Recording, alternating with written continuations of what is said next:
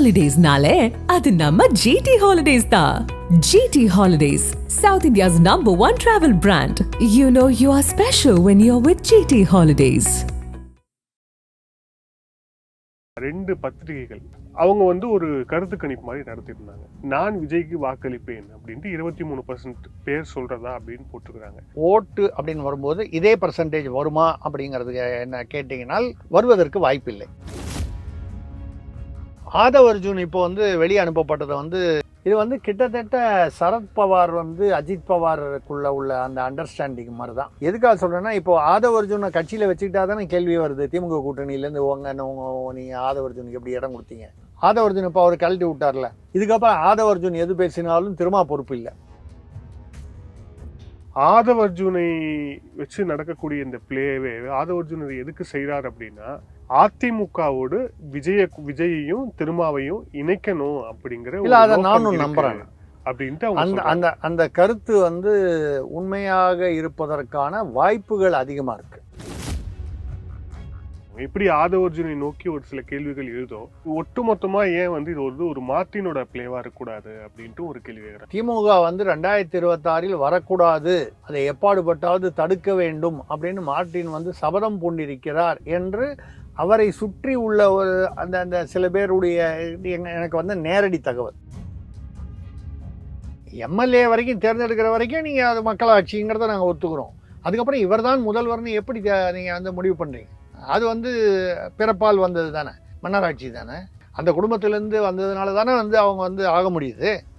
அப்போ என்ன, இப்போ துணை முதல்வராக இருக்கிற உதயநிதியை விட துரைமுருகனுக்கோ பொன்முடிக்கோ KN நேருக்கோ திறமையோ இல்லை விசுவாசமோ எதுவுமே இல்லைன்னு சொல்ல முடியுமா? விஜய் என்ன பண்ணுறாருன்னு பார்த்தீங்கன்னா, திமுகவுடைய வாக்குகளை குறிவைத்து தான் அவர் வந்து காய் நகர்த்துகிறார். அவருடைய சித்தாந்தத்தில் பார்த்தீங்கன்னா, நீட் தேர்வு எதிர்ப்பு, பெரியாரை ஏற்றுக்கொள்கிறோம் ஆனால் கடவுள் மறுப்பை ஏற்றுக்கொள்ளவில்லை அப்படி சொல்லும்போது அந்த திராவிட சித்தாந்தத்திலையும் இருக்க மாதிரி ஆச்சு. சனாதன எதிர்ப்பில் நாங்கள் சம்மந்தம் இல்லைன்ற மாதிரி ஒரு வயா மீடியா காமிச்சுக்கிறாரு. அப்போ விஜய் உள்ள வர்றதுனால திமுகவுக்கு ஒரு பயம் இருக்கிறது என்பது உண்மை. திமுகவோட இப்போ மீண்டும் இணைக்கப்பட்டு மீண்டும் பேசிக்கிட்டு இருக்க சிவாஜி கிருஷ்ணமூர்த்தி பேசும்போது, விஜய் உன்னுடைய மனைவிக்கு ஃபர்ஸ்ட் இங்கே ஓட்டுருக்கா, உன் பசங்களுக்கு இங்கே ஓட்டுருக்கா, உன் பையனுக்கு இங்கே ஓட்டுருக்கா அப்படின்ட்டு வந்து கேட்குறாரு. இப்போ கனிமொழியுடைய குடும்பத்தினர் வந்து சிங்கப்பூரில் இருக்காங்க. அந்த மாதிரி ஒவ்வொருத்தருடைய இவங்க வந்து வெளியில் இருக்கலாம். அதனால் விஜயுடைய மனைவிக்கு இங்கே ஓட்டு இல்லைன்னா என்ன? விஜயுடைய கொள்கைகள் செயல்பாடுகளை விமர்சனம் செய்யுங்க. விஜயை வந்து கூத்தாடி அப்படின்னு சொன்னீங்கன்னா, ஒரு கூத்தாடி தான் அவங்கள வந்து 13 வருஷம் வந்து வீட்டை விட்டு வெளியிலேயே வர முடியாமல் ஆக்கினார். கூத்தாடின்னு நீங்கள் சொல்லக்கூடிய எம்ஜிஆர் அவர்கள். ஆதர் நேயர்களுக்கு அன்பு வணக்கம். இன்றைய சிறப்பு நேர்காணலில் நம்முடன் இணைந்திருக்கிறார் தமிழக அரசியலின் ஆசிரியர் திரிசக்தி சுந்தரராமன் அவர்கள். வணக்கம் சார். வணக்கம் வினோத், சொல்லுங்க சார். இந்த விஜய் அரசியல் சம்பந்தமா நம்ம நிறைய பேசியிருக்கோம். இப்போ ரொம்ப ரீசண்டா 2 பத்திரிகைகள் அதுல வந்து இந்த விஜயோடைய அரசியல் சம்பந்தமா, அவருக்கு இருக்கக்கூடிய ஒப்பீனியன் சம்பந்தமா அவங்க வந்து ஒரு கருத்து கணிப்பு மாதிரி நடத்தியிருந்தாங்க. அதுல ஒரு வார பத்திரிகை இன்னொரு நிறுவனம் நடத்தியிருந்தாங்க. அது அந்த வார பத்திரிகை நடத்தும் போது அதுல வந்து விஜய்க்கான ஏற்பு விகிதம், அக்செப்டபிலிட்டி ரேஷியோன்னு சொல்லுவாங்க, அது வந்து கிட்டத்தட்ட 30%க்கு மேல வந்து இருக்கு. இன்னொரு நிறுவனம் நடத்திய கருத்து கணிப்புல அவங்க பர்சன்டேஜ் வைஸா போட்டிருக்கிறாங்க. அவங்க வந்து கிட்டத்தட்ட 3000 சாம்பிள்ஸ் எடுத்துக்கிறாங்க, பர்சன்டேஜ் வைஸா போட்டிருக்காங்க. விஜய்க்கு கிட்டத்தட்ட 23% கொடுத்துருக்குறாங்க. அவங்க எடுத்த சாம்பிள்ஸ்ல 23% வந்து விஜய்க்கு வந்து நான் விஜய்க்கு வாக்களிப்பேன் அப்படின்ட்டு 23% பேர் சொல்றதா அப்படின்னு போட்டிருக்கிறாங்க. உங்களுடைய பார்வையில் நீங்களும் ஒரு பத்திரிகை நடத்திருக்கிறீங்க, பல கருத்து கணிப்பிலும் பண்ணியிருக்கீங்க, நீங்களும் வெளியிட்டிருக்கிறீங்க. ஸோ இந்த ரெண்டையும் எப்படி பார்க்குறீங்க? அதில் வந்து அந்த பர்சன்டேஜ் ஃபஸ்ட்டு அதை பற்றின உங்களுக்கு வியூ என்ன? அது 2011, 16 2 சட்டசபை தேர்தல், நடுவில் வந்த பாராளுமன்ற தேர்தல், இதெல்லாம் கருத்து கணிப்பு போட்டேன் தமிழக அரசியல் பத்திரிகையில். அந்த கருத்து கணிப்பில் வந்து அதிமுக 2016 ஜெயித்த போது அதிமுக அமைச்சர்களே கூப்பிட்டு 93% வந்து நீங்கள் அதாவது உங்களுடைய ரிசல்ட்டு தொகுதி வாரியாக மேட்ச் ஆகிருக்கு, எப்படி நீங்கள் பண்ணீங்க, யாரை வச்சு பண்ணீங்க சர்வேன்னு கேட்டார். 2 அமைச்சர்கள் கேட்டாங்க. அதெல்லாம் பெருசாலாம் ஒன்றும் இல்லை, நிருபர்கள் வச்சு கொஞ்சம் ஓரளவுக்கு ஒரு சர்வே, அதுக்கப்புறம் ஒரு ஒரு ஒரு கணக்கு தமிழ்நாட்டில் ஜாதி இதெல்லாம் வச்சு தான் வந்து ஒரு ஒரு கேண்டிடேட்டுடைய வெயிட்டு பொறுத்து அந்தந்த வட மாவட்டம் தென் மாவட்டம் இதை பொறுத்து அந்த வகையில் வந்து அக்செப்டபிலிட்டி அப்படிங்கிறது வேற, ஓட்டு அப்படின்னு வரும்போது இதே பர்சன்டேஜ் வருமா அப்படிங்கிறது என்ன கேட்டிங்கனால் வருவதற்கு வாய்ப்பில்லை. இந்த அக்செப்டபிலிட்டின்றது வந்து ஒரு ஒரு இட் ஷோஸ் அ ட்ரெண்ட், ஒரு ட்ரெண்டை காமிக்குது. அதாவது Vijay is going to be ஒரு இம்பார்ட்டன்ட் ஃபேக்டர், ஒரு முக்கியமான ஒரு ரோல் அவருக்கு வந்து இந்த 2026 தேர்தலில் இருக்க போகுது. விஜய் ஒன்றுமே இல்லாமல் ஃபிசில் அவுட் ஆகிடுவார், போவார் வருவார் அப்படின்னு சொல்கிற அளவுக்கு இல்லை. அதே சமயத்தில் இதை வச்சுக்கிட்டு விஜய் தான் வந்து முதலமைச்சராக வந்துடுவார், ஆட்சியை கைப்பற்றுவார் அப்படின்னு சொல்கிறது ரொம்ப மிகைப்படுத்தலாக இருக்கும். அப்போ என்னுடைய ஒரு கணக்கில் வந்து ஒரு 8-10% அந்த ரேஞ்சில் வந்து அவர் வந்து வாங்கிறதுக்கு கூடிய வாய்ப்பு இருக்குது. 10ங்கிறது 12 கூட வரலாம், நான் சொல்கிறது அந்த ரேஞ்சில் வரலாம். அதுவே வந்து அவர் கூட்டணியில் நிற்கும் பொழுது அது எந்த கூட்டணியில் நின்றால், ஏதோ ஒரு கூட்டணியில்னால் அது கூட்டணியுடைய மற்ற இந்த ப்ளஸ் மைனஸ் எல்லாம் பொறுத்து, தொகுதியை பொறுத்து இது வந்து மாறலாம். இந்த வகையில் பார்த்தீங்கன்னா, ஆனால் விஜய் கண்டிப்பாக வந்து எங்கே வந்து அந்த அக்செப்டபிலிட்டின்னு வருதுன்னா, இப்போ எங்கே வந்து போட்டி எங்கே வந்து நிற்குதுன்னு பாருங்க. உண்மையான போட்டி இல்லை மக்கள் கண்களில் விசிபிலிட்டின்னு படக்கூடிய போட்டி வந்து ஒரு பக்கம் வந்து உதயநிதி. திமுக என்றால் ஸ்டாலின் என்பது மெல்ல மெல்ல மெல்ல ஃபேட் அவுட் ஆகி உதயநிதி தான் அவங்களே அதை விரும்பி கொண்டு வர்றாங்க. அது ரைட்டாக தப்பாக நம்ம அவங்க இஷ்டம். அது உதயநிதி. இந்த பக்கம் வந்து பாஜகவிலிருந்து அண்ணாமலை. இப்போ அண்ணாமலையை வந்து ஒரு ஸ்டார் ஆக்குறதுனா, அப்போ மத்திய அரசே வந்து அவரை அவரோட கட்சிக்காரங்களை ஸ்டார் ஆக்க தானே விரும்பும். முதல்வர் ஸ்டாலின் பணம் கேட்கும்போது வந்து உடனே கொடுத்துடாம அண்ணாமலை போய் கேட்டோன்னா 1000 கோடி 900 சொச்சம் கோடி ரிலீஸ் பண்ணாங்கன்னா அண்ணாமலை கேட்டார், அதனால தான் கொடுத்தாங்க. அது இப்போ டங்ஷன் தொழிற்சாலை, இவர் வந்து டங்ஷன் தொழிற்சாலைக்கு வந்து அப்போ வந்து வழக்கம் போல் மீத்தேன் போல், நியூட்ரினோ போல், நீட் தேர்வு போல் எல்லாத்துக்கும் காரணமாக இருந்தது திமுக தான். நீட் தேர்வில் கையெழுத்து போட்டதே காந்தி செல்வன் தான் அந்த காலத்தில் யூபிஏல. ஆனால் வந்து இப்போ வந்து அது இப்போ அரசியல் ஏன் எதிர்க்கிறாங்கன்னா, அதானி வரும்போது, அதானி இல்லை அவர் வேதாந்தா குரூப்புக்கு டெண்டர், அதாவது குரூப்பு டெண்டர் விடும்போதும் அவங்க வாயை திறக்கலை. அதுக்கு முன்னால் எங்கெங்கெல்லாம் டங்ஷன் கிடைக்குதுன்னு சொன்னதே இவங்க தான். டங்ஷன் இங்கே மதுரை பக்கத்தில் இருக்குது, இதை டெவலப் பண்ணுங்கன்னு சொல்லி ரிக்வெஸ்ட் கொடுத்ததும் திமுக தான். இதெல்லாம் வந்து அண்ணாமலை கூட பேசியிருக்காரு, இந்தியன் எக்ஸ்பிரஸில் வந்ததுன்னு சொல்லி பத்திரிகையில் தேதியோடு அவர் எடுத்து போட்டு பார்த்து. இப்போ எதிர்க்கிறாங்க, ஏன்னா மக்கள் அங்கே வந்து போராட்டம் தெரிவிக்கிறாங்கன்னா அதுக்கேற்ற மாதிரி தங்களுடைய நிலையை வந்து வழக்கம் போல் திமுக வந்து தன்னுடைய நிலையை வந்து மாற்றிக்கொள்கிறது சந்தர்ப்ப சூழ்நிலைக்கு ஏற்றாப்புல. அது மாதிரி வரும்போது இப்போ அண்ணாமலை வந்து டங்ஷன் வந்து அவர் கிஷன் ரெட்டி அவர் அமைச்சரை போய் பார்க்குறாரு. அநேகமாக 2 நாளில் வந்து நாங்கள் வந்து இப்போதைக்கு அதை வந்து கைவிடுறோம், இல்லை சஸ்பெண்ட் பண்ணுறோம் அந்த திட்டத்தை அப்படின்னு சொல்லுவாங்க. அண்ணாமலையினால தான் இது அரசியல் ஸ்கோரிங் எ பாயிண்ட். ஸோ அப்போ எதுக்காக சொல்ல வரேன்னா, இந்த பக்கம் உதயநிதி, ஒரு பக்கம் அண்ணாமலை, இன்னொரு பக்கம் இப்போ வந்து பார்த்தீங்கன்னா விஜய் புது வரவு நடிகருங்கிற மிகப்பெரிய ஒரு அந்த அந்த பிம்பம் இருக்குது அவருக்கு. இப்போ அப்படின்னா எடப்பாடிலாம் வந்து நீங்கள் ரூல்ட் அவுட்டா அப்படின்னு சொன்னால் அப்படி சொல்ல. எடப்பாடி வந்து சீனியர் ஜெனரேஷனில் வந்துடுறார்.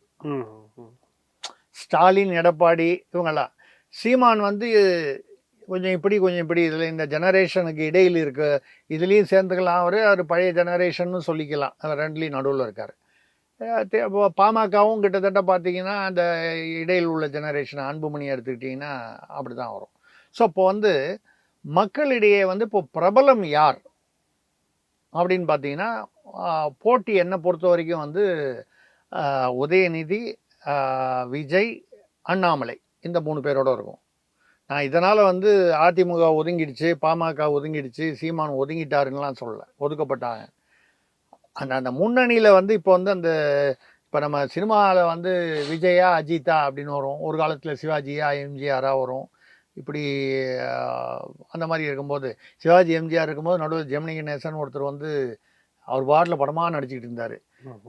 ஜெய்சங்கர் வந்து ஒரு பீரியடில் வந்து வெள்ளிக்கிழமை ஒரு படம் வந்து ரிலீஸ் பண்ணுவார். ரவிச்சந்திரன் இந்த so other actors were also there. அதே மாதிரி இப்போ இந்த கான்சன்ட்ரேஷன் இந்த 3 பேரில் அதிகமாக வர்றதுக்கான வாய்ப்புகள் இருக்குது. இதில் வந்து விஜய் வந்து அக்செப்டபிலிட்டி அப்படின்னு சொன்னால் இப்போது நீங்கள் அந்த எல்லாரையுமே போட்டு அந்த அக்செப்டபிலிட்டி வந்து வந்திருக்கான்னு பார்க்கணும், எல்லா தலைவர்களையும் பேரை போட்டு. அதில் வந்து விஜய்க்கு வந்து வந்திருக்குன்னு சொன்னால் அந்த விஜய்க்கு வந்ததுக்கு ஒரு மிகப்பெரிய காரணம் வந்து அந்த சினிமா ரசிகர்கள்னு வரும்போது இந்த இப்போ திமுகலேயே எத்தனையோ விஜய் ரசிகர்கள் இருக்காங்க, எல்லா கட்சியிலையும் இருப்பாங்க. ஸோ அந்த வகையில் வரும்போது அந்த திமுக ஒரு உதாரணமாக எடுத்துங்க, திமுகவில் இருக்கக்கூடியவன் விஜய்ங்கிற நடிகரை எனக்கு பிடிக்குங்கிறதுனால அவர் கட்சிக்கு அங்கே ஓட்டு போட போகிறானா, இல்லை தன்னுடைய தாய் கழகமான தான் இவ்வளோ நாள் வந்து சார்ந்து இருக்கக்கூடிய திமுகவுக்காக ஓட்டு போட போகிறானான்றது இட்ஸ் அ வெரி ரொம்ப அந்தந்த சுச்சுவேஷனில் யார் யார் முடிவு பண்ணுறானோ அதை பொறுத்து இருக்குது. சில பேர் எல்லாம் தாண்டி விஜய் தான் முடிவு பண்ணலாம், சில பேர் விஜய் சினிமாவில் ஓகே ஆனால் வந்து கட்சின்னு வரும்போது திமுக தான் வரலாம், பல ஃபேக்டர்ஸ் இருக்குது. ஸோ இந்த நீங்கள் சொல்கிற அந்த 23% 30%ங்கிறது தான் ஓட்டு வந்து வரும்போது 10-12 வரும் அப்படிங்கிறது என்னுடைய கணிப்பு. ஸோ 23ங்கிறது 23 அங்கே பர்சன்டேஜ் ஓட்டில் வந்துடாது அப்படிங்கிறது என்னுடைய கணிப்பு. அதான் நீங்கள் கேட்ட கேள்வி அதுதானே? கரெக்ட். ஆமாம். நீங்கள் இல்லை இப்போ அதாவது இப்போ கூட திரும்ப இந்த விஷயம் பார்க்கும்போது ஆதவ் அர்ஜுன், ஏன்னா இது வரும்போது ஆட்டோமேட்டிக்காக விஜய்னு பேசுனா இப்போ ஆதவ் அர்ஜுன் ஆட்டோமேட்டிக்காக உள்ளே வந்துடுறார். ஆதவ் அர்ஜுன் இப்போ வந்து வெளியே அனுப்பப்பட்டதை வந்து இது வந்து கிட்டத்தட்ட சரத்பவார் வந்து அஜித் பவாருக்குள்ளே உள்ள அந்த அண்டர்ஸ்டாண்டிங் மாதிரி தான். சரத்பவார் வந்து அந்த பக்கம் இருந்தார், இல்லை இருக்கார், உத்தவ் தாக்கரே காங்கிரஸ் அந்த இண்டி கூட்டணியில் இருக்கார். திடீர்னு அஜித் பவார் வந்து ஒரு நாளைக்கு அவர்கிட்ட சண்டை போட்ட மாதிரி ஒரு சின்ன நாடகத்தோட எந்த பக்கம் வந்துட்டார், பிஜேபி பக்கம் வந்துட்டார். வந்து துணை முதல்வராகவும் போன தடவையும் இருந்தார், இப்போ மறுபடியும் துணை முதல்வராக வந்துட்டார். ஆனால் இப்போவும் வந்து அஜித் பவார் வந்து ஏதாவது ஒரு விழா ஊர்வலம்னா சரத்பவார் படத்தெல்லாம் தொட்டு கும்பிட்டுட்டு அவருடைய ஆசைகளோட அவர் வீட்டில் போய் ஆசை வாங்கிட்டு அப்படின்னு நினச்சி பார்த்தீங்கன்னா, இப்போ தகவல் பார்த்தீங்கன்னா காங்கிரஸை ஒதுக்கி விட்டு சரத்பவார் வந்து மம்தா தலைமையை ஏற்றுக்கொள்ள வேண்டும், மம்தா வந்து நான் இண்டி கூட்டணிக்கு தலைமை தாங்க தயார்னு சொல்லும்போது லாலு பிரசாத் யாதவ், உத்தவ் தாக்கரே, சரத்பவார் இவங்க எல்லாருமே ஆதரவு தெரிவிக்கிறாங்க. யாருக்கு? மம்தா.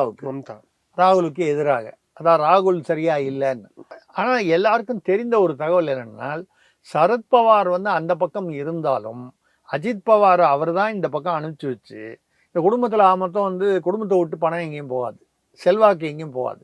கிட்டத்தட்ட மகாராஷ்டிராவில் வந்து 90% வந்து சுகர் இண்டஸ்ட்ரி, சர்க்கரை ஆலையில் வந்து அவங்க குடும்பம் தான் கண்ட்ரோல் பண்ணுது 90%. இப்போ அதை வந்து சஸ்டெயின் பண்ணிங்கன்னா என்ன பண்ணணும், யார் ஆட்சிக்கு வந்தாலும் நம்ம அந்த ஆட்சியில் இருக்கணும். அப்போ நான் இங்கே இருக்கேன், நீ அங்கே இரு, அது ஒரு அண்டர்ஸ்டாண்டிங். இந்த அண்டர்ஸ்டாண்டிங் தான் இப்போ வந்து திருமாவுக்கும் ஆதவ் அர்ஜுனுக்கும் சொல்லி பேசப்படுகிறது. ஓகே, இல்லை அது ஒரு துணை கேள்வி கேட்கலாம் அப்படின்ட்டு குறிப்பாக ஒரு 2 பேர் இன்டர்வியூ கொடுத்ததை கூட நான் பார்த்துருந்தேன். அதில் வந்து உங்கள் நிறுவனத்தில் உங்களுக்கு கீழே வேலை செஞ்சவரும் ஒருத்தர். அவங்க 2 பேர் பேசும்போது என்ன சொல்கிறாங்க, ஆதவ் அர்ஜுனை வச்சு நடக்கக்கூடிய இந்த பிளேவே ஆதவ் அர்ஜுன் எதுக்கு செய்கிறார் அப்படின்னா, அதிமுகவோடு விஜயையும் திருமாவையும் இணைக்கணும் அப்படிங்கிற அதை நானும் நம்புறேன் அப்படின்ட்டு அந்த கருத்து வந்து உண்மையாக இருப்பதற்கான வாய்ப்புகள் அதிகமாக இருக்கு. அதாவது விஜய், திருமா, சீமான் இது ஒரு ஆச்சரியமாக இருக்கலாம். ஏன்னா பொதுவாக திருமா இருக்கிற இடத்துல சீமான் இருக்க மாட்டார், சீமான் இருக்கிற இடத்துல திருமா இருக்க மாட்டார். கிட்டத்தட்ட ஓட் பேஸில் வந்து ஓவர்லாப்பிங்காக இருக்குன்ற ஒரு காரணத்தினால. ஆனால் இந்த தடவை சீமான் வந்து கூட்டணி அவரை சுற்றி நிறைய நிகழ்வுகள் அது திமுக சதி பண்ணிடுச்சுன்னு சொல்கிறாங்க. அது என்ன காரணமாக இருந்தாலும் அவர் இப்பொழுது சீமானை சுற்றி பல மாவட்டங்களில் அவருடைய நிர்வாகிகள் ஒட்டுமொத்தமாக விலகி இருக்கிறார்கள். ஒரு 10-12 மாவட்டத்தில் அவர் பேரில் வந்து அமெரிக்காவிலிருந்து பணம் வருது அவருக்குன்னு சொல்லி குற்றச்சாட்டுகள்லாம் சொல்கிறாங்க. குற்றச்சாட்டுகள் உண்மையாக இல்லையாங்கிறது அதை ஒரு பக்கம் ஒதுக்கி வச்சுட்டு பார்த்தா 8% வாங்கினவர் இப்போ என்னன்னா அந்த 8%க்கு கீழே தான் மறுபடியும் 5%க்கு போயிடுவாரோ அப்படிங்கிற சூழ்நிலையில் தான் சீமான் இருக்கார் அப்படிங்கிறது என்னுடைய கருத்து. அப்போது சீமான் வந்து வேறு வழி இல்லாமல் ஒரு கூட்டணிக்கு எவ்வளோ சீட்டுன்னு பார்த்து ஒரு கூட்டணியில் போகிறது தான் அவருக்கு இப்போ வந்து இருக்கும். இல்லைன்னா இந்த 5 மறுபடியும் 8-5 ஆகி 5-3 ஆகி ஃபிசில் அவுட் ஆகிடுவார். அப்போது திருமா, சீமான், விஜய், அதிமுக, தேமுதிக அதுலேயே ஏற்கனவே இருக்குது, அது தொடர்வாங்கன்னு வச்சுப்போம். அதாவது பாஜக இல்லாத ஒரு எதிர்கூட்டணி ஒன்றை. ஏன்னா அண்ணாமலை இருக்கிற வரைக்கும் எடப்பாடி ஒத்துக்க மாட்டார்ல, அது தெரிஞ்ச விஷயம் தானே. அதனால் வந்து அந்த வரைக்கும் அண்ணாமலையை அவங்களும் விடுறதுக்கு வாய்ப்பு இல்லை. இப்போ இருக்கிற சூழ்நிலையில் அண்ணாமலையை விடுவதற்கான வாய்ப்பு எதுவும் தெரியவில்லை. அந்த வகையில் பாஜக பாமக தொடரலாம். திருமா வந்துட்டாருன்னா பாமக இருக்க முடியாது, அவர் பாஜகவில் இருந்தாகணும். திருமா வந்து அதிமுக கூட்டணிக்கு வந்துட்டாருன்னா ஆச்சரியகரமாக திமுக கூட்டணிக்கு கூட போகலாம் பாமக. இதுக்கு முன்னால் இருந்திருக்காங்க, அப்படி ஒன்றும் தமிழ்நாட்டில் எல்லாமே நடந்திருக்கு. இது வரைக்கும் ஓப்பனாக திமுக அதிமுக கூட்டணி வரல, அது கூட ஓப்பனான்னு சொன்னேன், அதை கவனிக்கணும் நீங்கள். அண்ணாமலையை தோற்கடிக்கணும் அப்படின்னா கோயிலில் வந்து திமுக அதிமுக ஒரு ஒரு ஒரு மறைமுக கூட்டணி வந்து வச்சுட்டாங்க. விக்கிரவாண்டி இடைத்தேர்தலில் வந்து போன தடவை வந்து அதிமுக ஓட்டெலாம் இந்த தடவை பாமகவுக்கு போல திமுகவுக்கு போச்சுன்றதெல்லாம் பார்த்தோம் நம்ம. ஸோ அவசியம் வரும்போது யாருடன் வேணாலும் கைகோர்க்கிறது வந்து அரசியலில் வந்து சாதாரண விஷயம். இல்லைனா எதிர்பார்ப்பாங்களா, உத்தவ் தாக்கரே கூடவே இருந்த ஏக்நாத் ஷிண்டே அவரை உடச்சிக்கிட்டு தனியாக ஒரு கட்சி, இது எல்லா மாநிலத்துக்கும் பொருந்தும். அந்த வகையில் இப்போ வந்து ஆதவ் அர்ஜுன், ஏன்னா எதுக்காக சொல்கிறேன்னா, இப்போ ஆதவ் அர்ஜுனை கட்சியில் வச்சுக்கிட்டா தானே கேள்வி வருது. திமுக கூட்டணியிலேருந்து நீங்கள் ஆதவ் அர்ஜுனுக்கு எப்படி இடம் கொடுத்தீங்க? இல்லை வன்னியரசோ சிந்தனை செல்வனோ ரவிக்குமாரோ வந்து ஆனால் ஆதவ் அர்ஜுன் அதிகமாக பேசுகிறாருன்னு. ஆதவ் அர்ஜுன் இப்போ அவர் கழட்டி விட்டார்ல, பேருக்காவது கழட்டி விட்டார், அது நாடகமாகவே இருந்தாலும் கழட்டி விட்டார். இதுக்கப்புறம் ஆதவ் அர்ஜுன் எது பேசினாலும் திரும்ப பொறுப்பு இல்லை. திமுக கூட்டணி அவரை பார்த்து கேள்வி கேட்க போகிறது இல்லை. திரும்பவும் இப்போதைக்கு வந்து இந்த தேர்தல் நெருக்கம் வர வரைக்கும் அந்த திமுக கூட்டணியும் அவன் திமுக கூட்டணியில் தான் இருக்கேன், அங்கே தான் இருக்கேன், அங்கே தான் இருக்கேன்னு சொல்லிக்கிட்டே இருப்பார். அதெல்லாம் வந்து ஒரு பெரிய நம்ம அரசியல்வாதியோட பேச்செல்லாம் பெருசாக எடுத்துக்க முடியாது. இல்லை, இப்போ இந்த வைக்கம் ஃபங்க்ஷனு கூட போயிருக்காரு கேரளாவுக்கு, திருமாவளவனும் கூப்பிட்டுருக்காங்க. அவங்களும் வந்து இப்போ திருமாவளவனை தக்க வைத்துக் கொள்ள வேண்டும் என்பது திமுகவுக்கும் அவசியமாகிறது. அப்போ வந்து அவர் வீரமணி இந்த மாதிரி திராவிட சிந்தனை உள்ளவர்கள்லாம் கூப்பிடும்போது திருமாவை கூப்பிட்டு போகும்போது திருமாவை கொஞ்சம் குஷிப்படுத்தி நம்ம இங்கே ரீட்டைன் பண்ணணும்னு திமுக நினைக்கிறது நியாயமான ஒரு விஷயம். திருமா வந்து அந்த பக்கம் போனார்னா தலித் ஓட்டுகளில் கணிசமான ஓட்டுகள் இடம் மாறும். அப்படியே தலித் ஓட்டுகள் வந்து பூராவும் போய்டும் நான் சொல்ல வரல, ஒரு கணிசமான ஓட்டுகள்.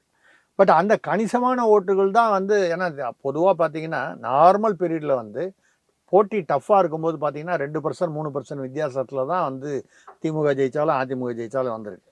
ரொம்ப ஜாஸ்தி போனால் 5% வித்தியாசத்தில் வந்திருக்கு, எக்ஸப்ஷன்ஸ் இல்லாமல். அப்படி இருக்கும் பொழுது அந்த 5% வந்து யார் கொண்டு போனாலும் அந்த பக்கம் கொண்டு போனாலும் ஆட்சி போயிடும். அதுக்காக வந்து திருமாவை எப்படியாவது தக்க வைத்துக் கொள்ள வேண்டும். அவருக்கு வந்து உரிய மரியாதையோ இல்லை கூடுதல் மரியாதையோ கொடுத்து அவரை தக்க வைத்துக் கொள்ள வேண்டும் நினைக்கிறாங்க. திருமா என்ன நினைக்கிறாரு, எலெக்ஷனுக்கு டைம் இருக்குது, அந்த நேரம் வரும்போது முடிவு பண்ணலான்னு. அரசியலில் என்னங்க 24 மணி நேரம். நேற்றுக்கு வந்து எங்கள் குடும்பத்துலேருந்து யாருமே அரசியலுக்கு வரமாட்டாங்க என்ன தவிரன்னு ஸ்டாலின் சொல்லுவார். அடுத்த 6 மாதத்தில் வந்து உதயநிதி சார் வந்து சினிமாவை விட்டுட்டு அரசியலுக்கு, அப்போ உதயநிதி சார் வந்து சினிமா தானே எனக்கு முக்கியம், எனக்கு அரசியல் தேவையில்லைன்னு சொல்லி பேட்டிலாம் கொடுத்துருக்காரு. 6 மாதமோ 1 வருஷமோ பொறுத்து அரசியலில் வந்தார், வந்து துணை முதல்வர் ஆகிட்டார். இப்போ நீங்களும் நானும் போய் கேள்வி கேட்டு போகிறோமா, இல்லை கேட்டால் தான் பதில் சொல்லிட்டு போகிறாங்களா? அது ஒரு அரசியலில் வந்து சர்வசாதாரணமாக அது வந்து பிஜேபியோடைய கூட்டணி இருந்திருக்காங்க திமுகவில் 1999 2004. ஸோ அரசியலில் வந்து எல்லாம் அவங்க சௌகரியத்துக்காக செஞ்சுப்பாங்க. கொள்கை கோட்பாடெல்லாம் வந்து அதை எல்லாமே வெளிவேஷம். நான் வந்து கட்சி வித்தியாசம் இல்லாமல் பொதுவாக சொல்கிறேன். சார், இல்லை இன்னொரு ஒரு ஒரு ஒரு கான்ஸ்பிரசி தியரி மாதிரி ஒரு விஷயம் சொல்கிறாங்க. அது வந்து இது ஒட்டுமொத்தமாக ஏன் வந்து இது வந்து ஒரு மார்ட்டினோட பிளேவாக இருக்கக்கூடாது அப்படின்ட்டு ஒரு கேள்வி கேட்குறாங்க. இப்படி ஆதவ் அர்ஜுனை நோக்கி ஒரு சில கேள்விகள் எழுதோ மார்ட்டினோட பிளேவா, ஏன்னா வந்து அவர் வந்து ஒரு மிகப்பெரிய தொழிலதிபராக இருக்கிறாரு, மிகப்பெரிய பணம் படைத்தவராக இருக்கிறாரு. மார்ட்டினுடைய அவர் ஆதவ் அர்ஜுனை வந்து இயக்குறாரு. அதன் மூலியமா 2026 திமுக ஆட்சிக்கு வரக்கூடாதுங்கிறது மார்ட்டினுடைய நோக்கம். ஒன்றும் சந்தேகமே இல்லை. நான் ஏற்கனவே 2-3 சேனல் இதை பேசியிருக்கேன். அதாவது திமுக வந்து 2026 வரக்கூடாது, அதை எப்பாடுபட்டாவது தடுக்க வேண்டும் அப்படின்னு மார்ட்டின் வந்து சபதம் பூண்டிருக்கிறார் என்று அவரை சுற்றி உள்ள ஒரு அந்த சில பேருடைய எனக்கு வந்து நேரடி தகவல். அதற்கு சில காரணங்கள் சொல்கிறாங்க. ஏதோ ஒரு விஷயத்தில் 1500 கோடி ரூபாய் விஷயத்தில் வந்து திமுக வந்து பேசியபடி நடந்து கொள்ளவில்லை. நம்ம வந்து இன்னார் ஏமாத்திட்டாங்க அப்படின்னு நம்ம வந்து அது பேசுறது நாகரிகமும் இல்லை. நமக்கு வந்து அதுக்கப்புறம் ஆவணத்தை கொண்டான்னு கேட்டால் நம்ம எங்கே போகிறது? அது சம்மந்தப்பட்டவர்கள்ட்ட தான் இருக்கும் ஆவணமோ ஆதாரமோ. ஆனால் 1500 கோடி ரூபாய் ஏதோ ஒரு விஷயத்தில் வந்து இவர்களுக்குள் ஒரு மனவேற்றுமை. அந்த மனவேற்றுமையினால திமுகவை வரவிடக்கூடாதுன்னு அவர் தான் ஆதவ அர்ஜுனை இறக்கி விட்டு திமுக திருமாவிடம் வந்து போய் சேர சொல்றதே வந்து மார்ட்டினுடைய பின்னணியில் தான், பின்புலத்தில் தான். ஏன்னா மார்ட்டினை பொறுத்த வரைக்கும் அவர் வந்து கட்சியெல்லாம் தாண்டி ஒரு பெரிய வியாபாரி. அதனால தான் வந்து மத்திய பாஜக அரசுக்கு வந்து அந்த இடி ரெய்டெல்லாம் ஆனதுக்கப்புறம் 1000 கோடி ரூபா தேர்தல் பத்திரம் வாங்கினார். மாநிலத்தில் வந்து இங்கே வந்து சட்டப்படி இங்கே லாட்டு சீட்டு வந்து ஒழிக்கப்பட்டுள்ளது.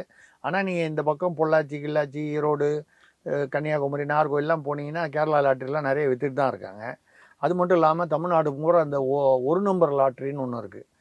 அது நீங்கள் பார்த்தீங்கன்னா அதாவது இந்த லெவல்லலாம் தெரியாது. அது இந்த அடிமட்டத்தில் இருக்காங்க பாருங்கள், கூலி தொழிலாளர்கள், அவர்கள் மத்தியில் வந்து பார்த்தீங்கன்னா அந்த பொட்டி கடையில் போய் அவன் வந்து அதுக்கான சீட்டை வாங்கிட்டு வருவான். ரொம்ப சர்வசாதாரணமாக பாகுபோட்டில் வாங்குற மாதிரி இந்த ஒரு நம்பர் லாட்ரி. இந்த ஒரு நம்பர் லாட்ரி நீங்கள் ஏதோ சின்ன விஷயம் நினைக்கக்கூடாது. ஒரு நாளைக்கு பல கோடிகள் புரளக்கூடிய ஒரு சட்டவிரோதமான வியாபாரம் ஆனால் வந்து நடந்துக்கிட்டு தான் இருக்குது தமிழ்நாட்டில். அதுக்கு பின்னால் யாரோ இருக்காங்கன்னு சொல்கிறாங்க. மார்ட்டின் இருக்காரா இல்லையா அப்படின்னு தெரியல. லாட்ரினாலே மார்ட்டின்கிற பெயர் வந்துடுது. இது ஆக மொத்தம் அவருக்கு வந்து மார்ட்டின் அதே மாதிரி நிறைய இடங்களில் பல மாநிலங்களில் வந்து இன்வெஸ்ட்மெண்ட் பண்ணியிருக்கார். சம்பாதிக்கிற பணத்தை அரசியல்வாதிகள் பண்ணலையா? தமிழ்நாட்டு அரசியல்வாதிகள் எத்தனை பேர் வெளி மாநிலத்தில் வந்து மெடிக்கல் காலேஜ், இன்ஜினியரிங் காலேஜ், இந்த எல்பிஜி ஃபேக்ட்ரி, நான் சொல்கிறது திமுக அதிமுக எல்லாம் கலந்து தான் சொல்கிறேன் இருக்காங்க, எனக்கு தெரியும். அப்படி பீகாரில் வரைக்கும் இப்போ சொல்லுவாங்க பீகார் வடக்கத்திக்காரன் உள்ளே வரக்கூடாதும்பாங்க. ஆனால் இவங்க பேர் பீகார்லேயும் உத்தரப்பிரதேசத்துலேயும் இவங்க காலேஜ், காஷ்மீரில் ஆப்பிள் தோட்டம் வாங்குவாங்க. இது அந்த பணத்தை இங்கேயே திருப்பி தமிழ்நாட்டிலே இன்வெஸ்ட் பண்ணோன்னா இப்போ இன்னும் கொஞ்சம் சர்வதேசமாக போயிட்டாங்க.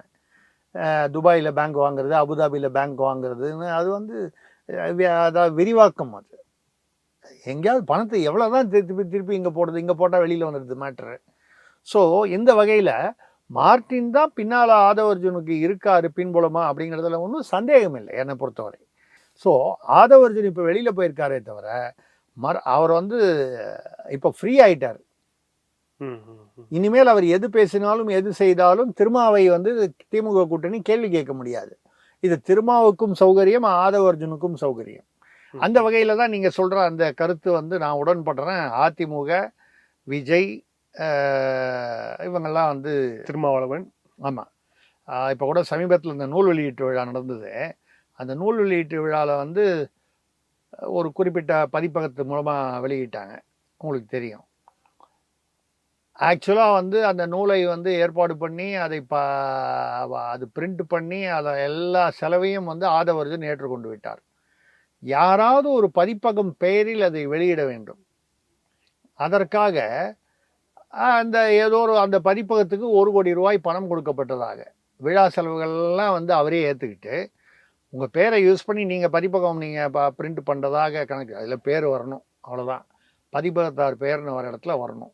அதுக்கு 1 கோடி ரூபாய் கொடுத்தாருன்னு சொல்லப்படுகிறது. இதோடைய நம்பகத்தமே. ஆனால் வந்து ஆதவ அர்ஜுன் வந்து ஒட்டி இருக்கக்கூடிய ஒரு சோர்ஸ்லேருந்து வரக்கூடிய கருத்து, அதாவது உண்மையாக இருக்க வாய்ப்பு இருக்குன்னு நினைக்கலாம். அது சரி, அது ஒரு வியாபாரம்னு வச்சுங்க. அது அரசியலில் ஒரு சின்ன ஒரு கிளை வியாபாரம். அப்போது ஆதவ அர்ஜுன் அந்த மாநாடு வச்சதே வந்து ஒரு ஒரு ஒரு ஒரு நோக்கத்தோட, ஒரு அஜெண்டாவோடு தான். இப்படி வரும்போது கண்டிப்பாக சஸ்பெண்ட் பண்ண வேண்டி வரும், இல்லை கட்சியிலேருந்து நீக்க வேண்டி வருங்கிறது திருமாவுக்கும் ஏற்கனவே தெரிஞ்சது தானே. இப்போ இந்த மாநாட்டுக்கு முன்னால், அந்த நூல் வெளியீட்டு விழாவுக்கு முன்னால் ஆதவ அர்ஜுன் எவ்வளோ பேசினார். அப்போல்லாம் வந்து அது தனி மனித கருத்துன்னு சொன்னார்ல. அப்புறம் ஏன் வந்து அப்போ அந்த நூல் வெளியீட்டை போன போதும் ஆதவ அர்ஜுன் வந்து அம்பேத்கர் பேரில் உள்ள மரியாதையில் தனி மனிதனாக போனார் சொல்லலாம். இப்போ மன்னராட்சின்னு பேசுனாங்க. நான் வந்து எந்த கட்சி ஆதரவும் சொல்லலை, மன்னராட்சின்னு சொல்கிறதுல ஆதவ அர்ஜுனுடைய அந்த விமர்சனத்தில் நிறையவே நியாயம் இருக்கிறது. பதில் கூட சிவாஜி கிருஷ்ணமூர்த்தி, நம்ம திமுகவுடைய ஆபாச பேச்சாளர் அப்படி சொல்லலாம் நீங்கள், இல்லை வந்து அதீத நாகரிக பேச்சாளர், நாகரிக பேச்சாளர். ஆமாம், நாகரிக பேச்சாளர். அந்த மாதிரி வந்து அவர் வந்து அவருடைய வழக்கமான வார்த்தைகள்லாம் போட்டுக்கிறார். அதெல்லாம் நம்ம வந்து இது மேலே சொன்னால் அப்புறம் நம்ம பீப் போட வேண்டியது. இல்லை பீப்பு மட்டும் இல்லை, கேமரா கூச்சப்பட்டு திரும்பிடும் அந்த பக்கம். அதனால் வந்து அது வேண்டாம். ஸோ அந்த அளவுக்கு வந்து அது பேசியிருக்கார் மன்னராட்சி. பட் என்னன்னால் ஆமாம், கொளத்தூரில் வந்து ஸ்டாலின் அவர்களை வந்து எம்எல்ஏவாக தேர்ந்தெடுத்தது மக்கள் தான். சேப்பாக்கில் வந்து உதயநிதியை தேர்ந்தெடுத்தது மக்கள் தான். ஆனால் முதல்ல வந்து அத்தனை பேர் வந்து துரைமுருகன் உள்ளிட்ட ஆற்காடு வீராசாமிலாம் இருந்தபோது, வீரபாண்டி ஆறுமுகம், அந்த அந்த செட்டு, பழைய செட்டு, கோசிமணி, இந்த பீரியட்லலாம் இருந்தபோது அவங்க அத்தனை பேரையும் தாண்டி பையனை வந்து துணை முதல்வராகினாரு. அது பிறப்பால் வந்தது இல்லையா? ஸ்டாலினை துணை முதல்வராக கருணாநிதி ஆக்கணும் போது. சரி, அதுக்கப்புறம் இப்போ ஸ்டாலினை வந்து இதுவாக எடுத்துட்டாங்க, 234 கொளத்தூர் எம்எல்ஏவா. இருக்கிறதுலையே சீனியர் மோஸ்ட்டு கலைஞரோட கூடவே பயணித்தவர் வந்து துரைமுருகன் தானே. ஏன் அவரை நீங்கள் சீஃப் மினிஸ்டர் ஆகாமல் வந்து அவர் ஸ்டாலின் ஆக்குனீங்க? மன்னராட்சி தானே. அதே துரைமுருகன் உள்ளிட்ட KN நேரு உள்ளிட்ட பொன்முடி உள்ளிட்ட ஏவாவேலு உள்ளிட்ட இத்தனை பேர் இருக்கும் பொழுது துணை முதல்வராக அவர்களில் யாரையுமே வைக்காம இவரை வைக்கிறீங்க. அவர் வேற வந்து துரைமுருகன் வந்து நாங்கள் கோபாலபுரத்து அடிமைகள் தான் சந்தோஷமாக சொல்கிறாரு. KN நேரு, MRK பன்னீர்செல்வம்லாம் வந்து இன்பநிதி முதல்வராக வந்தாலும் ஏற்றுக்கொள்வோம்னு சொல்கிறாரு. நீங்களே வாயை விட்டு ஆமாம் இது மன்னராட்சின்னு வந்து சர்டிஃபிகேட் கொடுக்குறீங்க. அப்புறம் மற்றவங்க சொன்னால் கோவம் வருது, கெட்ட வார்த்தையில் திட்டுறீங்கன்னா, சிவாஜி கிருஷ்ணமூர்த்தியை வந்து இது திட்டுறதுக்கு தான் நீங்கள் வச்சுருக்கீங்க. திட்டுறாரு. அவருடைய பணியை அவர் செவ்வனே நிறைவேற்றுகிறார், அது வேறு விஷயம். ஆனால் வந்து அப்படி பேசுறதுல வந்து எவ்வளவு மோசம். அது மன்னராட்சி அப்படின்னு சொன்னால் மன்னராட்சி தான். எம்எல்ஏ வரைக்கும் தேர்ந்தெடுக்கிற வரைக்கும் நீங்கள் அது மக்களாட்சிங்கிறத நாங்கள் ஒத்துக்கிறோம். அதுக்கப்புறம் இவர் தான் முதல்வர்னு எப்படி நீங்கள் வந்து முடிவு பண்ணுறீங்க? அது வந்து பிறப்பால் வந்தது தானே. அந்த குடும்பத்திலேருந்து வந்ததுனால தானே வந்து அவங்க வந்து ஆக முடியுது. அப்போ என்ன, இப்போ துணை முதல்வராக இருக்கிற உதயநிதியை விட துரைமுருகனுக்கோ பொன்முடிக்கோ KN நேருக்கோ திறமையோ இல்லை விசுவாசமோ இல்லை கட்சி நடத்தக்கூடிய நிர்வாக திறமையோ அமைச்சராக எதுவுமே இல்லைன்னு சொல்ல முடியுமா? இதுல இன்னொரு கேள்வி இருக்கு. ஆனா அந்த கேள்விக்கு வந்து பதில் சொல்றது ரொம்ப கஷ்டமா இருக்கும்னு நினைக்கிறேன். அதனாலதான் இந்த கேள்வியும் கேட்கிறேன். இது அவரே சிவாஜி கிருஷ்ணமூர்த்தியே சொல்றாரு. என்ன சொல்றாருன்னா, கருவில் இருக்கும் போதே தியாகம் செய்தவர் உதயநிதி அப்படிங்கிறார். அவர் எப்படி சொல்றாரு அப்படின்னா, எமர்ஜென்சியில வந்து ஸ்டாலின் அவர்கள் சிறையில் இருக்கும்போது, அப்போ வந்து இவர் வந்து கருவில் இருந்தாரு. முதல்ல வந்து ஸ்டாலின் அவர்களை வந்து ஜெயிலில் தான் வந்து உதயநிதியை வந்து பார்த்தாரு. ஸோ கருவில் இருக்கும் போதே அரசியல் ரீதியாக அரசியல் குடும்பத்தில் பிறந்தவர், தியாகம் செய்தவர் உதயநிதி. அவர் வந்து சும்மா கிடையாது. அவரை போய் நீங்க மன்னராட்சின்னு சொல்லலாமா அப்படின்னு கேட்கிறாரு. கடினமான கேள்விதான். பட் இல்ல, அவர் சிறையில இருந்தாரு, உண்மை சிறையில இருந்தாரு. அது மிசாவில் இருந்தாருன்னு ஒரு பக்கமும், அது மிசாவுக்கும் அதுக்கும் ஏதாவது சம்மந்தம் இருந்ததா இல்லையாங்கிறத பற்றிய விமர்சனமும் ரெண்டு பக்கமும் இருக்குது. அதனால் வந்து நம்ம அது ரொம்ப சர்ச்சைக்குரிய ஒரு விஷயத்துக்குள்ளே நம்ம போக வேண்டாம். அதாவது அவர் மிசாவில் தான் உள்ளே போனாரா அப்படிங்கிற கேள்விக்குரிய வந்து இது வரைக்கும் 100% அது வந்து பதிலளிக்கப்படவில்லை. அதை தாண்டி ஸ்டாலினும் வந்து அப்போ சொல்லும்போது, ஸ்டாலின் இறந்தவுடன், அதாவது ரஷ்ய ஸ்டாலின் இறந்தவுடன், ஜோசப் ஸ்டாலின் இறந்தவுடன் வந்து அப்போ இவர் பிறந்ததுனால அப்படின்னு சொல்லி பேர் வச்சதாக சொல்லுவாங்க. அதாவது மேடையில் கலைஞர் பேசிகிட்டு இருக்கும் பொழுது ஜோசப் ஸ்டாலின் ரஷ்யாவில் இறந்து விட்டார்னு செய்தி வந்தவுடனே, அப்பொழுது ஏற்கனவே பிறந்த குழந்தைக்கு நான் ஸ்டாலின்னு பேர் வைக்கிறேன்னு. ஆனால் வந்து இவருக்கு ஸ்டாலின்னு பேர் வச்சு கொஞ்சம் நாள் பொறுத்து தான் அவர் இறந்தாருங்கிறது தான் தேதி வாரியான உண்மை. அவர் இறக்க போகிறாருங்கிறது அன்லஸ் கலைஞருக்கு ஜோசியமாக தெரிந்தால் ஒழிய அது உண்மை இல்லை. இதெல்லாம் அந்த அரசியலுக்காக வந்து அப்பப்போ சொல்லக்கூடிய இந்த மாதிரி அந்த பில்டப்புன்னு சொல்லுவாங்க. இந்த பில்டப்புக்காக வந்து சொல்லக்கூடியது. சிவாஜி கிருஷ்ணமூர்த்தி வந்து கருவில் இருக்கும்போதே சொன்னார்னா, ஏங்க நீங்கள் வந்து கருவில் இருக்கும்போதே அரசியல், இதையே நாங்கள் சனாதனத்தில் வந்து பக்த பிரகலாதா வந்து கருவில் இருக்கும்போதே நாராயணா நாராயணான்னு வந்து சொல்லும்போது சொன்னார். அதுக்கப்புறம் அபிமன்யு வந்து கிருஷ்ணர் வந்து வியூகத்தை பற்றி சொல்லும்போது ஊன்னு கேட்டிருந்தார் அப்படின்னு சொன்னால் அது வந்து கதை புரட்டுன்னு சொல்கிறீங்க. அதையே நீங்கள் சொன்னால் இது திராவிட அரசியல். சிவாஜி கிருஷ்ணமூர்த்தி சொன்னால் திராவிட அரசியல், புராணங்களில் சொன்னால் அது புரட்டு. இப்போ தெரியுதுங்களா சனாதன எதிர்ப்புங்கிறது எந்த லட்சணத்தில் இருக்குன்னு? சனாதனத்தில் என்ன இருக்கோ அதையே நீங்கள் காப்பி அடித்து சொல்லிவிட்டு கேட்டால் நாங்கள் சனாதன எதிர்ப்பு, கேட்டால் இது திராவிட மாடல், அதுதான் இந்த சிவாஜி கிருஷ்ணமூர்த்தி சொன்னது. இப்போ கூட கோவன் பாருங்கள், இந்த கோவன் கேள்விப்பட்டிருக்கீங்களா? இந்த கானா பாட்டெலாம் பாடுவார். பாடகர் இந்த டேப் வச்சுக்கிட்டு பாடுவார். அதிமுக இருக்கும்போது ஊற்றி கொடுத்த உத்தமி அப்படின்னு ஜெயலலிதாவை வந்து, சசிகலாவை ஜெயலலிதாவெல்லாம் வந்து அவரை எல்லாம் பண்ணி மாதத்துக்கு 2 பாட்டாவது வந்துக்கிட்டு இருக்கும். கடந்த 3 வருஷத்தில் டாஸ்மாக் இவ்வளோ ஓடுது, இளம் விதவைகள்னு கனிமொழி பேசுனதுக்கு அப்புறமும் அவ்வளவு அந்த மதுவை ஒழிக்கலை, படிப்படியாக ஒழிப்பேன்னாங்க, ஒன்றும் ஒழிக்கலை. டாஸ்மாக் விற்பனை வந்து 35,000 45,000 55,000 நோக்கி போயிட்டுருக்கு. எங்கே மதுவை ஒழிச்சாங்க? கோவன் 3 வருஷமாக எங்கே போனார்? இப்போ திடீர்னு கோவன் வந்து பார்த்தீங்கன்னா இன்றைக்கி வீடியோவில் வந்திருக்கு, தாவேகாவை வந்து கிண்டல் பண்ணி, கொஞ்சம் கொச்சையாகவே கிண்டல் பண்ணி பாட்டு போடுறாரு.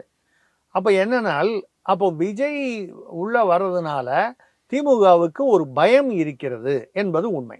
நான் அந்த பாயிண்ட்டுக்கு தான் வர்றேன்.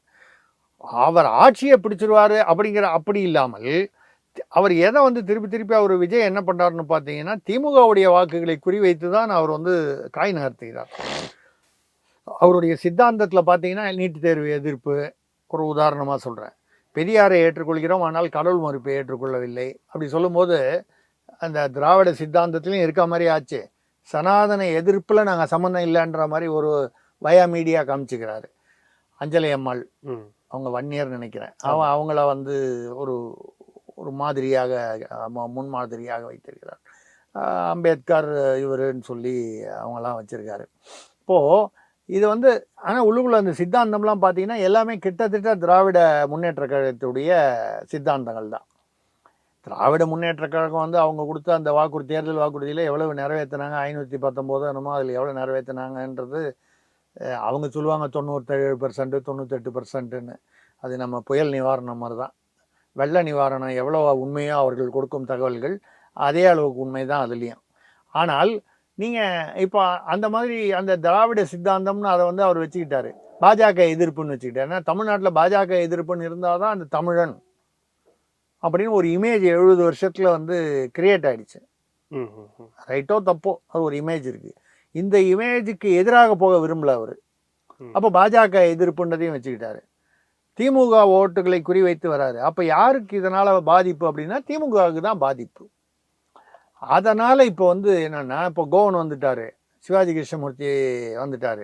நீங்கள் பாருங்கள், வரிசையாக இனிமேல் சுபவி வருவார், திருமுருகன் காந்தி இனிமேல் பேச ஆரம்பிப்பார் விஜய்க்கு எதிராக. இவ்வளோ நாள் அதிமுகவுக்கு எதிராக பேசியிருந்தாங்க. இப்போ இவர்களுடைய புது எதிரி விஜய். விஜய் வந்து அந்த 5% 6%க்கு மேலே போயிடக்கூடாது அவருடைய வாக்கு வங்கி அப்படிங்கிறதுல அவங்க வந்து ஃபோக்கஸ் பண்ணுவாங்க. அந்த வகையில் இப்போ அந்த கோவன் வந்த மாதிரி தான் நீங்கள் வரிசையாக பாருங்கள், சுபோதயகுமார் வருவார், திருமுருகன் காந்தி வருவார், பேராசிரியர் சுபவி வருவார், இவங்கெல்லாம் இறங்கி பேசுவாங்க. வேணா ஆசிரியர் திராவிட கழகம் அவரும் பேசுவார். இப்போ கூட தானே எல்லாரும் வைக்கம் போயிட்டு வந்திருக்காங்க. ஆமாம் ஆமாம். அதில் ஒரு கேள்வி என்னன்னா, இப்போ விஜய் நோக்கி இந்த விமர்சனங்கள் வருது அப்படிங்கிறது ஒரு அரசியல் கட்சி தொடங்கியிருக்கிறார், அரசியல் கட்சி தலைவராக இருக்கிறார், திமுக விமர்சிக்கிறார். ஸோ அவர் விமர்சிக்கப்படுகிறார் அப்படிங்கிற ஒரு ஒரு நியாயத்தை நம்ம பார்க்கலாம். ஆனால் இதே இவங்க திமுகவோட இப்போ மீண்டும் இணைக்கப்பட்டு மீண்டும் பேசிக்கிட்டு இருக்க சிவாஜி கிருஷ்ணமூர்த்தி பேசும்போது, விஜய் உன்னுடைய மனைவிக்கு ஃபர்ஸ்ட் இங்கே ஓட்டுருக்கா, உன் பசங்களுக்கு இங்கே ஓட்டுருக்கா, உன் பையனுக்கு இங்கே ஓட்டுருக்கா அப்படின்ட்டு வந்து கேட்குறாரு. அவர் வந்து என்ன மீன் பண்ணுறாருன்னா, அவங்க எல்லாமே ஃபாரின் சிட்டிசன்ஸ், உங்கள் வீட்டில் இருக்கவங்களுக்கே ஓட்டு இல்லை, நீ வந்து எங்களை பேசுறியா அப்படின்ட்டு வந்து கேட்குற. இது என்ன மாதிரி விமர்சனம்? இது தூத்துக்குடி எம்பியும் முதல்வரின் சகோதரி என்று சொல்லப்படும் கனிமொழி அவர்களுடைய கணவர் எங்கே இருக்காரு? சிங்கப்பூரில் இருக்கார். அவருடைய மகன் ஆதித்யா எங்கே இருக்கிறான்? நான் வந்து அவர் வந்து ஏன் இருக்கிறார்னு கேட்கல, அது அவங்களுடைய குடும்ப விஷயம். அவர் சிங்கப்பூரில் தான் இருக்கார். அப்போ அவர் சிங்கப்பூர் சிட்டிசன் ஆயிருக்கலாம். அது ரொம்ப வருஷமாக அங்கே இருக்கார். சிங்கப்பூர்லலாம் ரொம்ப வருஷமாக அங்கே இருந்து வேலை பார்க்குறாங்கன்னா ஆட்டோமேட்டிக்காக சிட்டிசன்ஷிப் கொடுத்துருவாங்க. அப்படி வாங்கிறதுனால பல நன்மைகள் இருக்குது. பல நாடுகளுக்கு வந்து விசா இல்லாமல் போகக்கூடிய அது சிங்கப்பூருக்கு உண்டான சில சலுகைகள் வந்து அவங்களுக்கு கிடைக்கும். வாங்கினாங்கன்னா ஏன் வாங்கினாங்க, அதனால் வந்து அவர்களெல்லாம் அப்படி வாங்கினவங்களாம் தமிழர்களுக்கு துரோகின்லாம் சொல்ல முடியாது. இப்போ வந்து ஏதோ ஒரு மாநிலத்தில் வந்து பார்த்தீங்கன்னா அவர் ஜெயிச்சவர் வந்து எம்எல்ஏ வந்து கடைசியில் பார்த்தா அவர் ஜெர்மன் சிட்டிசன். இப்போ அவருடைய தேர்தலை செல்லாதுன்னு சொல்லிட்டாங்க. அந்த ஊருக்காரர் தான்.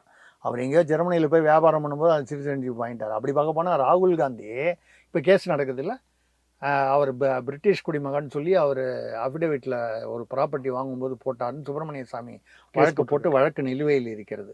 வழக்கில் வந்து இவர் பிரிட்டிஷ் சிட்டிசன் அப்படின்னு முடிவாயிடுச்சு அப்படின்னு சொன்னால் அதாவது பிரிட்டிஷ் சிட்டிசனாக அவர் வந்து தன்னை காட்டிக் கொண்டது உண்மை என்றால் முதல்ல வந்து இங்கே இந்திய குடியுரிமை வந்து பறிபோகலாம்.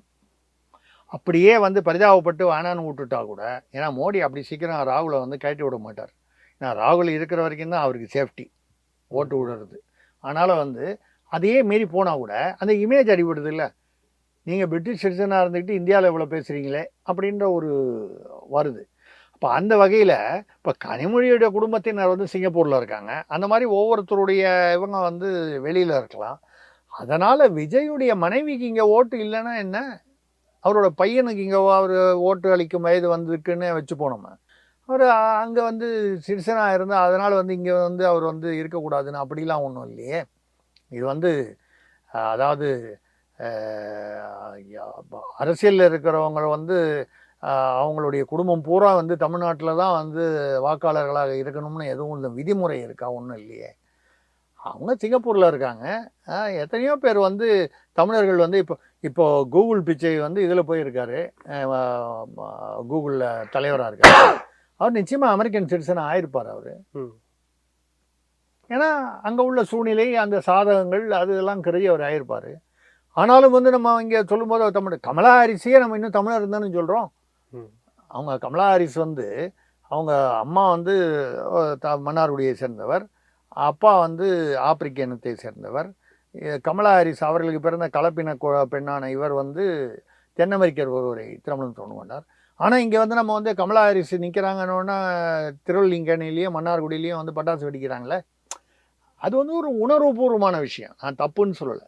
அது மாதிரி அவங்க சிங்கப்பூரில் இருந்து அவங்க சிட்டிசனாக வந்து அதனால் வந்து விஜய் அரசியலில் வந்து அரசியல் பண்ணக்கூடாது, விஜய்க்கு அரசியல் பண்ணுறதுக்கு தகுதி இல்லைன்னு எப்படி சொல்ல முடியும்? உதாரணமாக அவங்க கிட்டத்தட்ட எப்படி குறிப்பிடுறாங்கன்னா, உங்கள் கட்சிக்கு நீங்கள் தொடங்கியிருக்க கட்சிக்கு உங்கள் வீட்டில் இருக்கவங்களே வந்து உங்கள் ஓட்டு போட முடியாது, நீங்கள் எப்படி மற்றவங்ககிட்ட வந்து ஓட்டு கேட்குறீங்க? சரி, அது இப்போ நீங்கள் நான் அதை வேறு விதமாக சொன்னால் நல்லா இருக்குமா? இப்போ வாஜ்பாய் இருந்தார், அவர் வந்து திருமணம் செய்து கொள்ளாதவர். வாஜ்பாய்க்கு திருமணமே ஆகவில்லை, அவர் பொண்டாட்டியே அவருக்கு ஓட்டு போட முடியாது, ஏன்னா அவருக்கு பொண்டாட்டியே இல்லை. மோடி பொண்டாட்டியே அவருக்கு ஓட்டு போட முடியாது, ஏன்னா அவர் பொண்டாட்டியோட ஒன்றா இல்லை, வந்து சிறு வயதிலேயே பிரிந்து விட்டார் அப்படின்னு சொல்லி வேற ஒரு தலைவர் சொல்லி, எங்கள் தலைவருக்கு 3 பொண்டாட்டி, அப்போ வந்து அவங்க குடும்பத்தில் இவ்வளோ ஓட்டு இருக்குது, அதனால் வந்து எங்கள் தலைவர் தான் வந்து ஜனநாயக தலைவர்னு சொன்னால் ஒத்துப்பீங்களா? நான் தலைவர் யாரையும் பேர் சொல்ல. இதெல்லாம் ஒரு ஒரு ஒரு ஒரு அரசியல் கணக்கா? அப்போ வந்து தமிழ்நாட்டில் யார் அதிகமாக ஓட்டு வச்சுருக்கான்னு பார்த்து அப்போ யாரை வந்து முதல்வராகணும், தமிழ்நாட்டிலேயே அதிகமான மனைவி இணைவி துணைவின்னு யார் நிறைய பேர் வச்சுருக்காங்களோ அவங்கள கூப்பிட்டு நீங்கள் முதல்வராக்கணுன்னா இது நியாயமாக இருக்கா? அவங்க குடும்பத்தில் எவ்வளோ ஓட்டு இருந்தானுங்க, அந்த குடும்பத்தில் வந்து ஈவன் அவருக்கே ஓட்டு போடாமல் கூட இருக்கலாம். அது எப்படி தெரியும்? இது ரகசிய வாக்கு தானே. இப்போ நானே ஒரு எலெக்ஷன் நிற்கிறேன்னு வைங்க, எங்கள் வீட்லேயோ என் பசங்களோ வந்து எனக்கு ஓட்டு போடலாம், போடாமையும் இருக்கலாம். என்னுடைய கொள்கை அவர்களுக்கு ஏற்றதாக இல்லாமல் இருக்கலாம், இல்லை அவர்களுக்கு வேற யாரையாவது பிடித்து இருக்கலாம் வேட்பாளரை. அப்படி இது ஒரு சாதாரண ஒரு குடும்பத்திலேயே இருக்கும் பொழுது, அரசியல்வாதின்னா வந்து அவர் குடும்பத்தில் எல்லாருமே இங்கே தான் வாக்காளராக இருக்கணும், எல்லாரும் அவர் தான் ஓட்டு போடுவாங்க. நான் என்ன கேட்குறேன், இப்போ வந்து ஒரு எந்த தலைவரையும் எடுத்துங்க, திமுகலையோ அதிமுகலையோ ஒரு ஒரு உதாரணத்துக்காக, அந்த தலைவரோட குடும்பத்தில் இருக்கிறவங்களாம் தான் அந்த தலைவருக்கு தான் ஓட்டு போட்டாங்கன்னு உங்களுக்கு எப்படி தெரியும்? எதிராக கூட போட்டிருக்கலாம், போட வாய்ப்பு இருக்குது, ஜனநாயகத்தில் போடுவதற்கு வாய்ப்பு இருக்குது. இதெல்லாம் ஒரு பேச்சா? விஜயுடைய கொள்கைகளை விமர்சனம் செய்யுங்கள், விஜயுடைய செயல்பாடு. இப்போ நானே விமர்சனம் பண்ணுறேன், நான் ஏதோ விஜய் ஆதரவாளரோ தாவேகா வந்து ஏதோ தாவேகா பக்கம் சாஞ்சு அதெல்லாம் ஒன்றும் கிடையாது. விஜய் வந்து இந்த விக்கிரவாண்டியில் எவ்வளோ பெரிய மாநாடு நடத்தினார், விக்கிரவாண்டியில் வெள்ளம் வந்தபோது அங்கே போய் நின்று அவர் வந்து வெள்ள நிவாரணம் முட்டிக்கால் வெள்ளத்தில் நின்று பண்ணியிருக்கணும். சொல்கிறாங்க வந்து போலீஸ் அவரை போக வேண்டான்னு சொல்லிடுச்சுன்னு. நான் விஜய் இடத்துல இருந்திருந்தேன்னா அதை மீறி போயிருப்பேன். மீறி போய் ஒரு கால் போலீஸில் கைது பண்ணியிருந்தாங்கன்னா அது ஒரு கூடுதல் பப்ளிசிட்டி தானே. போலீஸுக்கெல்லாம் கவலைப்படாமல் அவர் வந்து நமக்கு வெள்ள நிவாரணத்துக்காக நான் விஜய் வந்து நமக்காக வந்து நின்னார்ப்பாரு. நீங்கள் மாநாடு நடத்தின அவ்வளோ 10 லட்சம் பேர் வந்தாங்க, 8 லட்சம் பேர் வந்தாங்க, அதில் விக்கிரவாண்டியிலேருந்து ஒரு 50,000 பேர் வந்திருக்க மாட்டாங்களா? அந்த சுற்றுப்புறத்துலேருந்து அந்த பகுதிகள் கடலூர் வரைக்கும் பாதிக்கப்பட்டது. அங்கே போகாமல் இங்கே பனையூரில் இருந்துக்கிட்டு ஒரு 50 குடும்பத்தை கூப்பிட்டு அந்த குடும்பங்கள்லாம் உண்மையிலேயே பாதிக்கப்பட்ட குடும்பமா இல்லையா நமக்கு தெரியாது. ஏன்னா நிறைய பேர் சந்தோஷமாக சிரிச்சுக்கிட்டே வாங்கிட்டு போகிறாங்க. அப்படி பார்க்கும்போது பாதிக்கப்பட்ட குடும்பமா இல்லை வந்து வழக்கம் போல் திராவிட மாடலில் வந்து, ஏன்னா அவர் தான் நிறைய திராவிட இதை தான் சிந்தனைகள் தான் சொல்கிறாரு. திராவிட மாடலில் தானே அந்த ஃபோட்டோ ஆப்பு ஃபோட்டோ ஷூட்டெல்லாம் வழக்கம். அந்த ஃபோட்டோ ஷூட்டாது அப்படின்னு சந்தேகம் வர அளவுக்கு அது ஏன் அப்படி வச்சுப்பானே? விக்கிரவாண்டிக்கு போய் முதல் ஆளாக விஜய் நின்று இருந்தாருன்னா அவருக்கு அந்த இமேஜ் வந்து எவ்வளோ கூடியிருக்கும். அப்போ அந்த இடத்துல நம்ம விஜய் விமர்சனம் பண்ணுறோம். ஆனால் அதே சமயத்தில் அவர் பொண்டாட்டி சிங்கப்பூரில் இருக்காங்க, அவங்க ஓட்டு போட மாட்டாங்கன்னா சரி, அவங்க வந்து இப்போ ஓட்டு போடுறாங்க. அவங்க பையனும் இப்போ வந்து அதை ரத்து பண்ணிட்டு இங்கே வந்து ஓட்டு போடுறாங்க. அவர் உடனே முதலமைச்சரை ஏற்றுக்குவீங்களா நீங்கள்? இன்றைக்கி திமுகவுக்கு வாக்களிப்பவர் இந்த ஒரு காரணத்துக்காக அவரை மாற்றிப்பீங்களா? விஜயை நீங்கள் வந்து வேறு காரணங்களுக்காக நீங்கள் தேர்ந்தெடுக்கலாம், எம்எல்ஏவாக தேர்ந்தெடுக்கலாம், இல்லை அவருடைய கட்சி வேட்பாளரை தேர்ந்தெடுக்கலாம். அவர் ஒய்ஃபும் அவருடைய பையனும் வந்து வெளிநாட்டில் சிட்டிசனாக இருக்காங்கன்றது வந்து ஒரு பெரிய நெகட்டிவ்னு பேசுகிற அளவுக்கு, அதாவது அரசியல் நாகரீகம் வந்து ரொம்ப நீச்சத்தில் இருக்குது. எதுக்கு என்ன சம்பந்தம்? அது அது அது அது மாதிரி ஒரு விமர்சனம் தான். எதையாவது விமர்சனம் பண்ணணும். ஒன்று தான் நான் சொல்வேன். திமுகவில் சிவாஜி கிருஷ்ணமூர்த்திகள் இருக்கத்தான் செய்கிறார்கள். இப்போ மட்டும் இல்லை, வெற்றி கொண்டான் இருந்தார், தீப்பொறி ஆறுமுகம் இருந்தார், இந்த மாதிரி திமுகலையும் இருந்தாங்க, அதிமுகலையும் இருந்தாங்க. அது திராவிட சித்தாந்தம். இந்த மாதிரி கெட்ட வார்த்தையில் திட்டத்துக்குன்னே 2 பேர் வச்சுருப்பாங்க, காசு கொடுத்து திட்ட வைப்பாங்க. ஏன்னா அப்படி 2 பேர் இருந்தால் தான் வந்து அது ஒரு வென்டிலேஷன் மாதிரி. அது மாதிரி வந்து திமுகவில் சிவாஜி கிருஷ்ணமூர்த்திகள் இருக்கலாம், திமுகவே சிவாஜி கிருஷ்ணமூர்த்தியாக ஆகிவிடக்கூடாது. அப்படி ஆச்சுன்னு சொன்னால் மக்கள் மத்தியில் இருக்கக்கூடிய கொஞ்சம் நஞ்சம் மதிப்பும் வந்து போயிடும். திமுகவுக்குன்னு சில ப்ளஸ் பாயிண்ட்ஸ் இருக்குது, பல மைனஸ் பாயிண்ட்ஸ் இருக்குது, இல்லைன்னு சொல்லலை. அந்த ப்ளஸ் பாயிண்ட்ஸை குறைச்சக்கூடாது. இல்லை நீங்கள் அதை திமுக என்ற அந்த அந்த ஒரு மூத்த கட்சி அப்படிங்கிற அந்த தரம் வந்து இறங்கிடக்கூடாது. அந்த வகையில் விஜயுடைய கொள்கைகள் செயல்பாடுகளை விமர்சனம் செய்யுங்கள். நீங்கள் வந்து விஜய் வந்து கூத்தாடி அப்படின்னு சொன்னீங்கன்னா, ஒரு கூத்தாடி தான் உங்களை வந்து 13 வருஷம் வந்து வீட்டை விட்டு வெளியிலேயே வர முடியாமல் ஆக்கினார். கூத்தாடின்னு நீங்கள் சொல்லக்கூடிய எம்ஜிஆர் அவர்கள். சரி, கூத்தாடி வந்து அரசியலுக்கு வரக்கூடாதுன்னு சொன்னால் இப்போ இருக்கிற துணை முதல்வர் எங்கேருந்து வந்தார்? சினிமாவுக்கு போயிட்டு தானே இங்கே வந்தார். விஜய் அளவுக்கு அவர் அவ்வளோ படங்கள் நடிக்கலை, அவ்வளோ பெரிய ஒரு மாஸ் ஹீரோ இல்லைன்னா கூட ஒரு 10 படங்களாவது நடிச்சிருக்காரு. ஸ்டாலின் அவர்களே ஒரு படத்தில் நடிச்சிருக்காரு, சில டிவி சீரியல் நடிச்சிருக்காரு.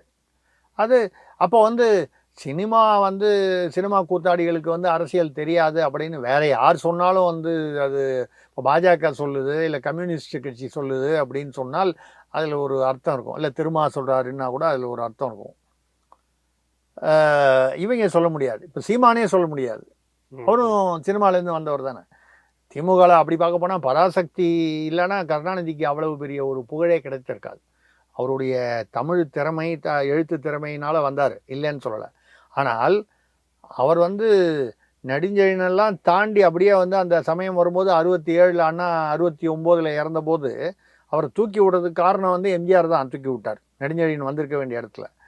அதில் வந்து கருணாநிதிக்கு நெடுஞ்செழியனுக்கு இல்லாத புகழ் கருணாநிதிக்கு என்ன இருந்துச்சு? நெடுஞ்செழியனுக்கெல்லாம் ஒரு 4-5 இடங்கள் கீழே தான் இருந்தார் திமுக. என்னன்னா இந்த சினிமா புகழ் இந்த 50 தலைவர்களுக்கு கீழே தான் இருந்தார். அதான் சொல்ல 6 அல்லது 7 தான் இருந்தார். மதியழகன், அவர் ஆசை தம்பி இவங்களாம் இருந்தாங்க. அதெல்லாம் தாண்டி கீழே இருந்தார். முதல்ல திமுக ஆரம்பிக்கும் போது தீகாலேருந்து பிரிஞ்சு 1949 28 பேர் ஆளுக்கு 10 ரூபா போட்டு ஆரம்பிச்சாங்க.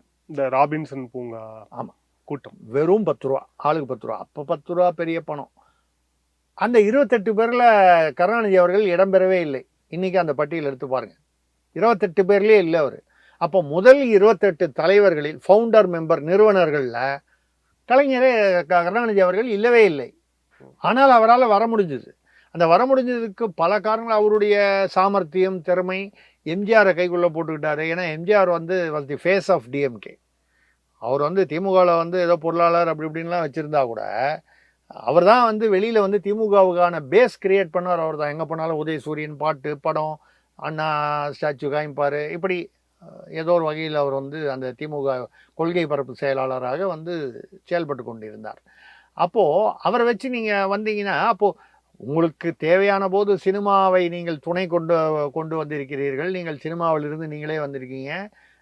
உதயநிதி சார் வந்திருக்காரு, ஸ்டாலினும் ஏதோ பட்டும் படாமலும் சினிமாவில் இருந்திருக்காரு.